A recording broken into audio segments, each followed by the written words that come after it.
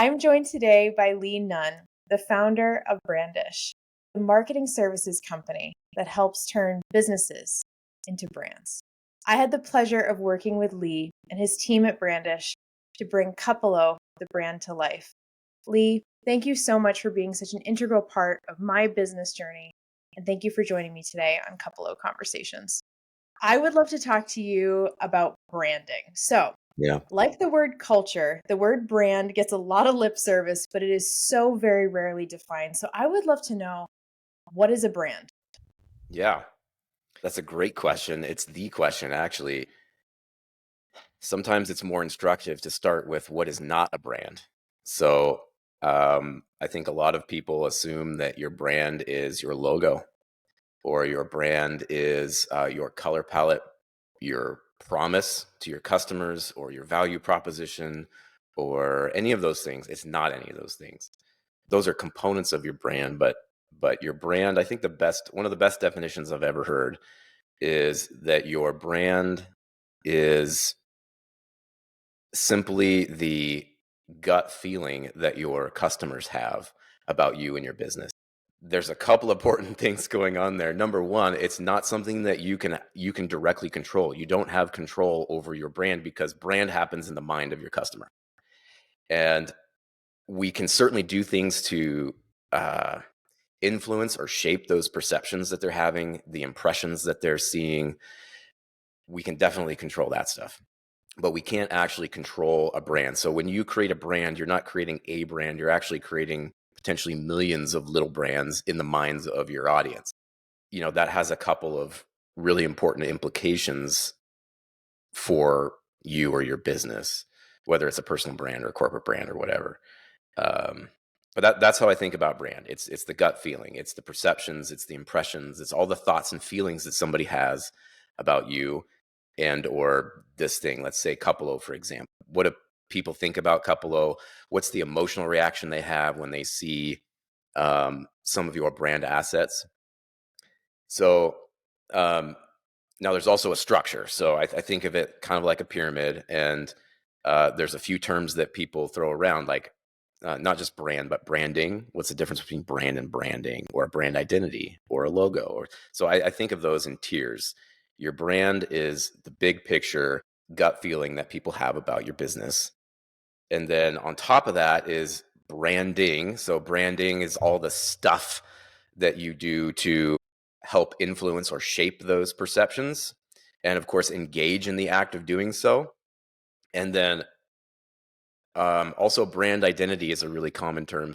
I think that brand identity is actually the specific design assets that you create in order to shape that brand or engage in the activity of branding, right? So we're getting a little bit more specific. And then, of course, your logo. And your logo is just one piece of your brand identity. It's one asset that you use to not to shape your brand. Really, it becomes a symbol of your brand. It's a representation of who you are, so that when people have thoughts or feelings about your brand and they create that gut feeling, then the logo is just the thing that reminds them about those feelings that they have. And so, do you think that why it can be so challenging to talk about brand as the main one, the bottom of the pyramid, is because it's feelings, and feelings are so challenging to grab hold of. And I think it's the limbic part of the brain, could be totally wrong, that actually doesn't have the capacity for language, but it's where the most significant components of our human experience live, like love is extremely difficult. Like, why you love your Yes, spouse, right. probably one of the most difficult things to actually art. Is that Describe where love. brand lives Yeah. too, do you think? Yes. 100% for sure. Um, the reality is that that's how we process things as human beings. So again, we can't control how somebody feels, but we can certainly influence it. And feeling is a huge part of it, for sure. I think the key, though, for somebody who is engaging in this process of developing a brand is that they tend to think about themselves first instead of their customers. And that's probably something that we should dive into, because we talked a lot Absolutely. about that when we were doing Cupalo. But that's probably the big mistake, is that they assume that their feelings are also their customers' feelings, or that, um, when you create brand assets in order to um, influence how somebody thinks about you, then you have to be a little bit strategic and intentional. What are the things that they want to hear? I mean, you do want to cater to your audience a little bit. So I think people just forget that they have to cater. And in order to cater, they have to know their customers really, really, really, really, really well, intimately well. That's really the trick to branding, is that you have to intimately know your customers. And when you do, everything else is downstream from there. It all flows from how you understand what that customer is thinking in their head and feeling in their heart. And when you can nail that, then you have the components or the elements that you need in order to create brand. Could we talk about the intersection of brand and values? Because I do wonder, as much as it is about the consumer and what problem they're solving for their customer and understanding that, are there values also that a company must bake into their brand, or is that the very foundation? I guess, where do core values of a company and brand intersect? Yeah, values are important for sure.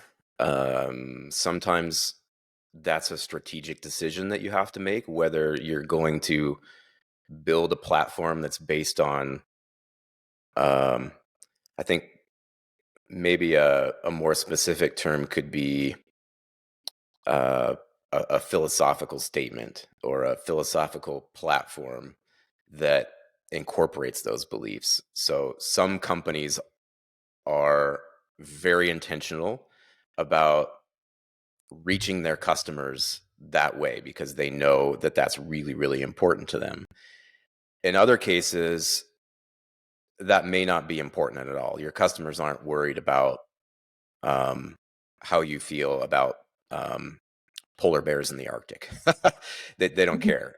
It's not that type of transaction. But when it's something that, uh, if you can get to that level, it's just going to enrich your brand. So the example that I like to use, because I came from the outdoor world, is the brand Patagonia. I'm sure that most of your audience knows it's an apparel brand, right? They sell clothing.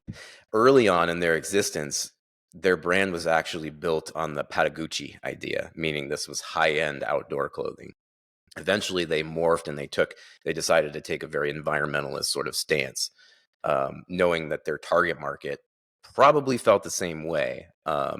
And what that means is that if you're that type of customer, when you put on that puffy jacket or whatever, um, that says something about you as the consumer. You're donning their identity and it becomes part of your own identity. And when you're interacting with other people, they see they see that label on your jacket and they immediately know something about you in some way, shape, or form. So that's how values can be incorporated into your brand, and it can be a very powerful device. It's just not necessary in every single instance. In your case, it definitely was because it was part of your brand positioning's play. Your competition has not done that at all, and you wanted to differentiate yourself by taking a strong stance um, in terms of saying this is the way it should be.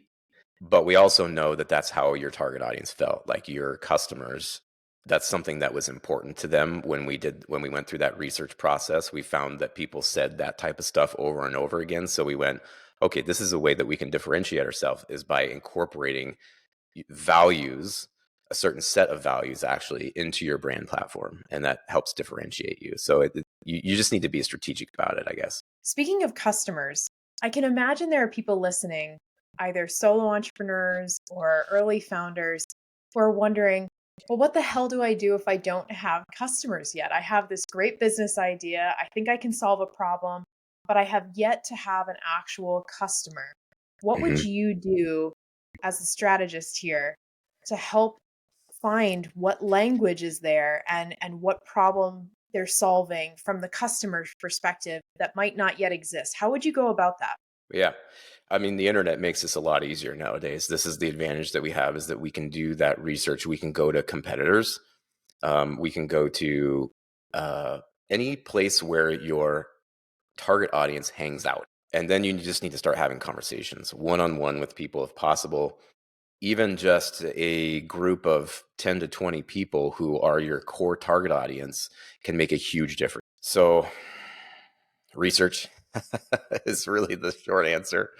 How you do that research is just going to depend on the situation of the startup, but there's lots of ways that you can do that. Yeah. Research was such a big part of your process, and I would love for people to hear because I think it is really amazing how much goes into this. Can you walk us through what was the process of building the website and building even bigger, building the brand with me in Mhm. Cupalo? Yeah. So the philosophy that we use to do every project, no matter what kind of deliverable we're creating, the idea is that nobody cares about what you do. They actually care about what you can do for them. You're laughing because you've heard me say this probably 1,000 times now. I sound like a broken record, but this is the I truth, got is it that tattooed on my you've got arm, it tattooed. actually. Exactly. I don't want to know where, but just that you have it tattooed. No, the thing is that we're just this is the way that people work. They're trying to figure out when they come to your website or when they see an advertisement or a post or on social media, whatever. Our immediate response is there anything here for me? Like, how does this help me? And that's very natural for us to do, and it's not a bad thing. So nobody cares about what you do.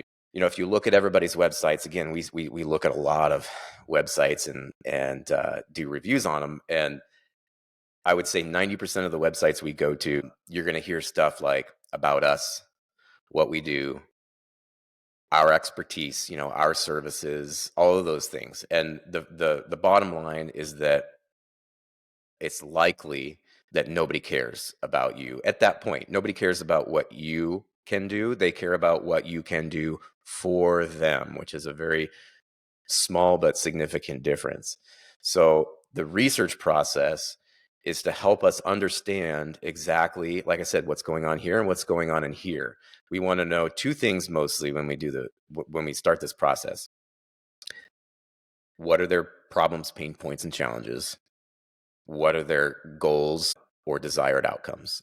Those are the two sides to that coin that we use to create that story. Now there's more to it than that, obviously, especially when you get into stuff like voice and brand positioning and all this stuff. But those are the main two things we want to know. And I'm a firm believer that if you know those two things, then you can start creating a brand that is customer centric and is not just focused on you, so that when somebody goes to your website, they don't have to dig around and figure out if you can help them or not. You're going to tell them right away. You're going to serve it to them on a silver platter and make it easy for them. We know that your customer is sort of in this place right now and they want to be over here, but there's something in the middle standing in the way. There's some type of obstacle. So if we can just position you as the bridge that gets them over that obstacle, then they're much more likely to listen at that point about the details of what you do, or how you deliver your service and all those things.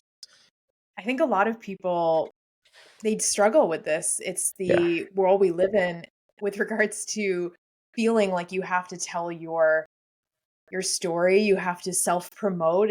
And I want to get into personal branding. This will go hand in Okay. hand with this. But before I do, when we went through the exercise of looking at competitor websites, I was horrified, to your point, to see all the shiny objects that were on those websites about what they had accomplished, where they ranked, what their awards were, and nothing about what problem they were solving. And it was when Yes. you put that lens on me, I went, holy shit, no one's got this figured out. And I never noticed, and now it drives me crazy. Every Yep. time I go to a website, I can't unsee what you taught me. Yeah. So, It's thank you really for hard. ruining my Yes. experience now. Yes. You're welcome. But you can see the difference when you have to go to a website and dig, like, oh, because it takes time and energy, and those are very limited resources. So on the other hand, if you go to a site where they, like I said, they serve it to you on a silver platter and they said, yeah, we know what you're dealing with. You're dealing with this problem right here. And you're going, yes. As soon as you do that, now you've got them hooked. Now you've implied that you have a solution to it. So now they're like, okay, I get it. Okay, tell me what you got. right? So if you just make that one shift in how you present your company, then you're going to be better than 90% of your competitors. 100%. 60% of the time, it works every time. 60% of the time, it works every time. One of the biggest compliments that I get time and time again when people go to my website, outside of the fact that it is so refreshing because people do see what problem Cupalo is attempting to solve. Yep. They also say they see me in it, Hmm. which is so sweet because I feel like I could not have ever done this, and I know this, and I continue to say this. I could never have done this without you because we often don't have a great mirror of ourselves. And Hmm.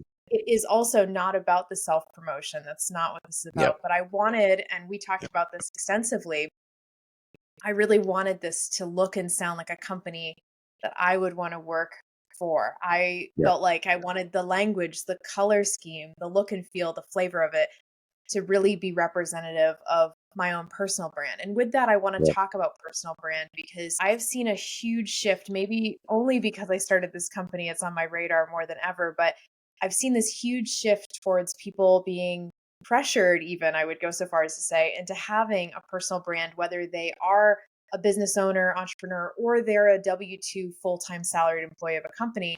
There's so much emphasis out there, largely on LinkedIn, of having a personal brand.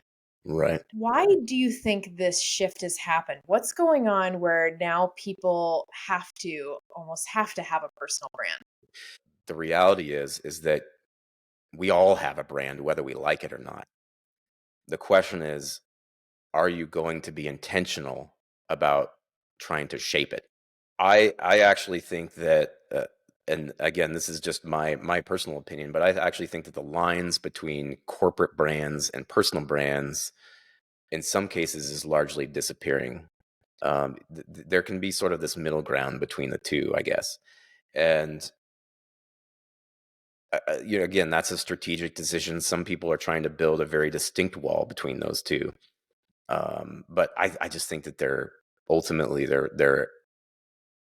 probably inseparable to some degree, especially in a small business setting where you might be a small team, a team of one, or in the case where you have somebody, usually the founder, designated as the face of the brand. I mean, the reality is that those things are going to influence each other. The personal brand question, especially with LinkedIn, is more of a marketing question, really, than I would put that in sort of the marketing bucket versus the brand bucket. You have a brand, again, whether you like it or not. I just think that style should resonate with your target audience, and it should feel good to you too. I mean, in your case, this is where I think that I would draw the line between brand and marketing. You say that you people see you when they come to your website, and I agree.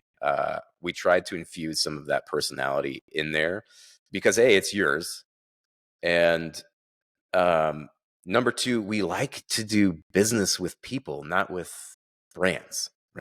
We have the opportunity nowadays more than we have in the previous decades to do business with people and not just with brands, or to take our brands and make them feel more human. And that's what we're trying to do there. Is I think about brand development as creating a character in a movie or in a novel. You're trying to infuse human characteristics into that brand. That they look a certain way, they talk a certain way, they have certain behavior. You can predict certain behavior based on what you know about their history. It's just like creating a character in a movie. And I guess the point is that in when you're creating brand, the next level from just knowing the things we want to know about your target audience, your ideal customer, is to then infuse it with those human characteristics. A lot of people just cringe at the idea of becoming the online guru. Like, they don't want to be that thing. And that's cool. You don't have to be that thing. There's other ways to reach your audience versus being the LinkedIn guru. You just don't have to.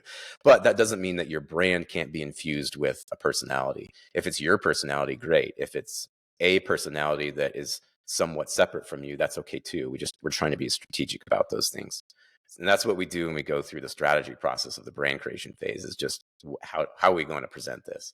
And in your case, it was, this should definitely sound like Lauren. And it does, and it's really fun, I think. There should be some 4-letter words in there. I think, didn't we put some in there maybe? I don't know, I We can't remember. we did. We cleaned it up with, like, some dollar signs, and Okay, all right, we made it PG-13. perfect. Yeah, perfect. Yeah, I appreciate the distinction between branding and marketing. I think since starting this company, it has been a challenge to remember, and even though it's tattooed on my arm, the idea that no one cares about you, they care what you can do for them. yeah, I also think, though, people do want to do business with a human being, and they want to know what that human being is thinking in some ways, not everything, thank God.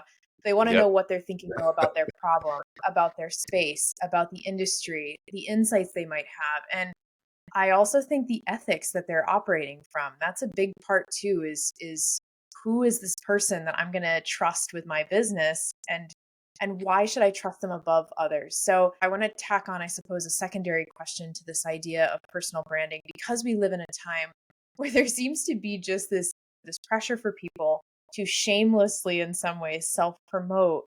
And that guru language that you use, that sort of to me is tethered with that image.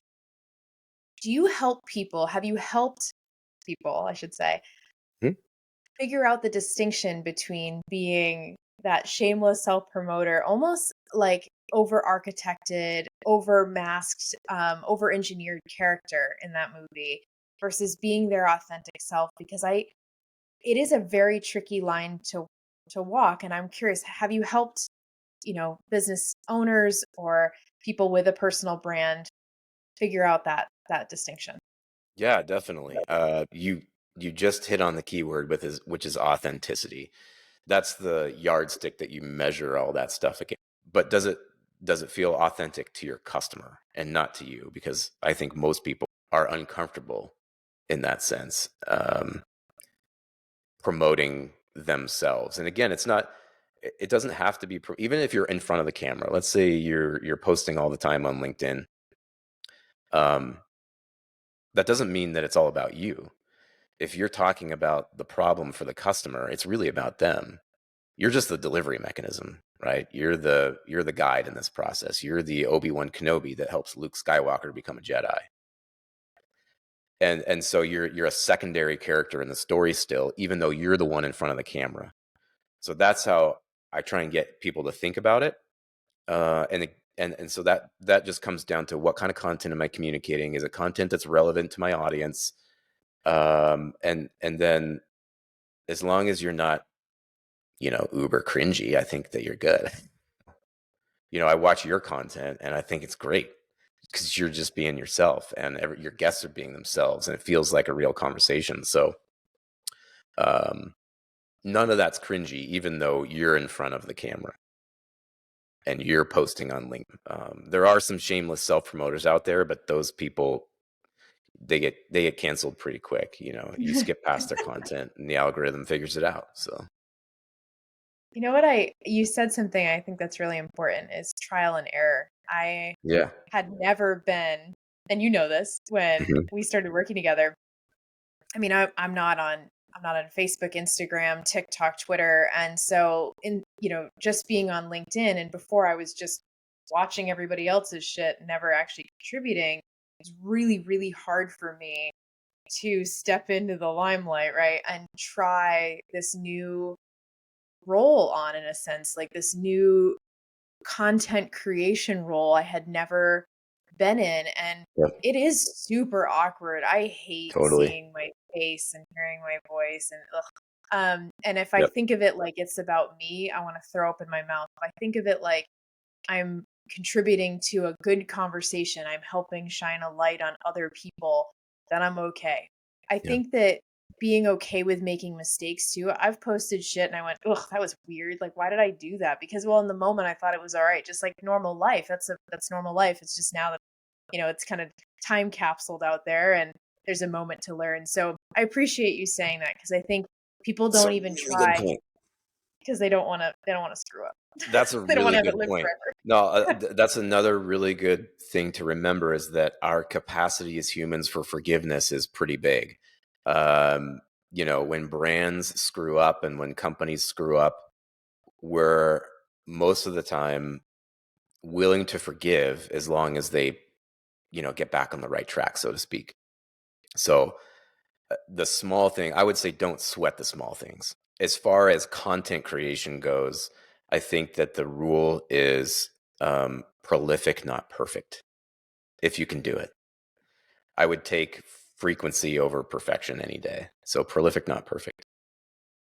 Because I nothing's would going to be perfect. And actually it's an advantage when it's not perfect, I think, because it makes it more human. So yeah, do you screw up? Yeah. Do you got to a zit on the end of your nose or something like that or whatever, totally right. it's okay. Yeah, it's just no big deal. It feels Yeah. horrifying to you, but the reality is that, yeah, again, nobody cares about you. So uh, as long as you deliver great content, screwing up is no big deal. You just need to figure out what type of content you're going to create, what serves your customer the best, so that you can be the guide and not the hero. Tell me more about what it means to be the guide versus the hero. Well, so the classic example that all the marketers use now is the movie Star Wars.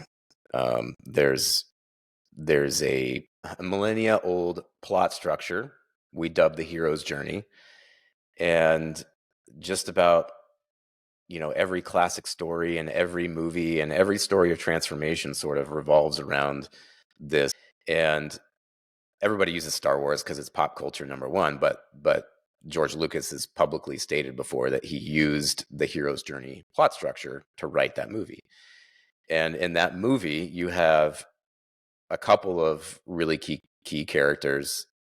Obviously, Luke Skywalker is the hero of the story, and then you have this other character named Obi-Wan Kenobi, and he is the guide in the story. And in the movie, you have this sequence where Luke discovers that he longs for something more, which is like, I need to get off this godforsaken planet.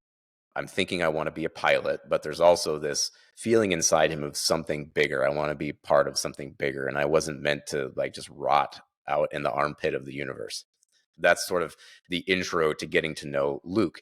And then Luke has this encounter with this guy named Obi-Wan who tells him that his father was a Jedi Knight, and then it all sort of clicks for him. He's like, "This is what I was meant to do." The the obstacle in the story. So if you're breaking this down into sort of brand language, you've figured out that Luke's desired outcome is that he wants to become a Jedi. But there's a problem. The obstacle is, well, how the heck do I become a Jedi Knight? I have no idea how to do that. And that's where Obi-Wan steps in and goes, well, turns out I train Jedi, right? And there's also this sort of implication when Obi-Wan is telling him all this stuff about his past and his father and that, the Force is strong in your family. The implication is that there's already a solution there. And Obi-Wan says, well, I'll train you. And it's like instant yes, right? And so then the rest of the movie is the process of working through that training and him overcoming the obstacles to become the Jedi Knight at the end of the movie. And in a brand or marketing context, the mistake that businesses make is that they make themselves Luke Skywalker. This is what happens when you go to websites and you see about us and what we do and our services and our expertise and our mission. My favorite headline, our mission. Actually, my favorite headline is "Welcome to our website," but we won't go there today. What they're doing is that they're making themselves Luke. And again, nobody cares about what you can do. They care about themselves. They care about what you can do for them. So if you position yourself as the Obi-Wan that says, hello, Mr. Customer who's just interacted with my brand, I understand what you're going through. I understand your problems. I know what you want. And it turns out that we can help you with that. Then you've positioned yourself correctly. You've made them the hero, which is what they're going to do naturally anyway. And you've positioned yourself as somebody who can help them overcome that obstacle, walk them through the process of transformation, and then get them to the desired outcome at the end of the movie. Make sense? Makes perfect sense. So you helped me become Obi-Wan Kenobi. Correct. Yes, for your client. I can see the force just radiating off you right now. No, And for yeah, you've positioned yourself as the problem solver. You can help them overcome that problem, whether it's finding the right person to hire or it's getting hired with the right company. And love it. it's all about them, right? Everything on everything, even though your brand is infused with your personality, it's a personality that's attractive to them. We've positioned you with a certain personality because all the other ones are like, um, well, they're terrible. I mean, it's like interacting with a robot or something like that, and nobody wants that. They want to interact with a person, a real person. So that's what we tried to do, and then we just say, hey, look, we understand what you're going through. We know that hiring is really, really hard, and you don't want to hire the wrong person because that's a very expensive mistake. And they're like, yep, exactly. So the implication there is that you can help them with that problem. And then we transition into the parts of the story where you're telling them about how that process works. How do you help them find the right person to hire, and all the psychological checkboxes that they need to sign off on in order to say yes.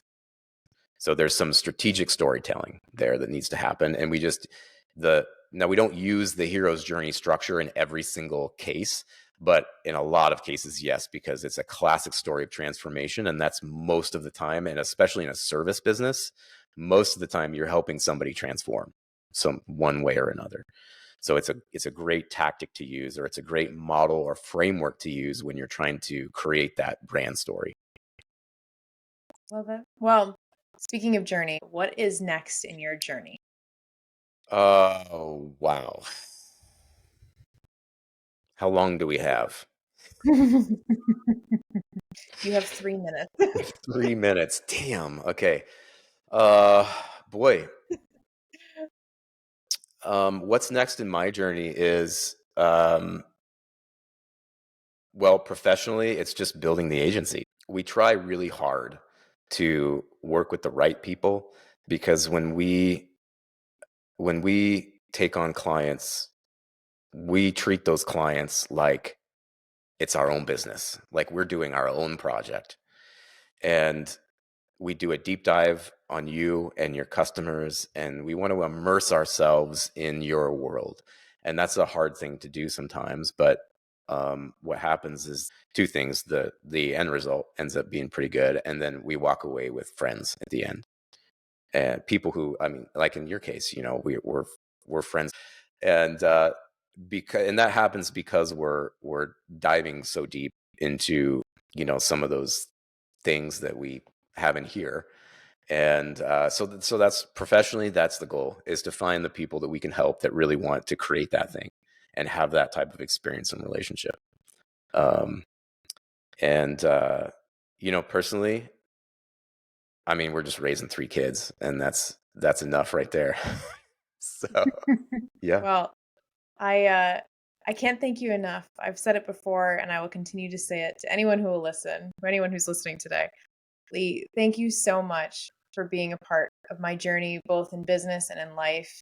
I could not have done this without you. I don't say that lightly, not blowing smoke up your skirt. You helped me take something that was up here and something that was in here and Right. bring it to life Yeah. in a way that I could never have done. And the amount of resounding praise that I have the benefit of hearing based off of the work that you and your team have done is I'm at a loss for words every time I hear it, because it's just it really does mean that this thing is real and that it's making a difference in the world. So thank you for being a part of that, and thank you again for joining me today on Cupalo Conversations and sharing more of your journey and your insights that were so invaluable.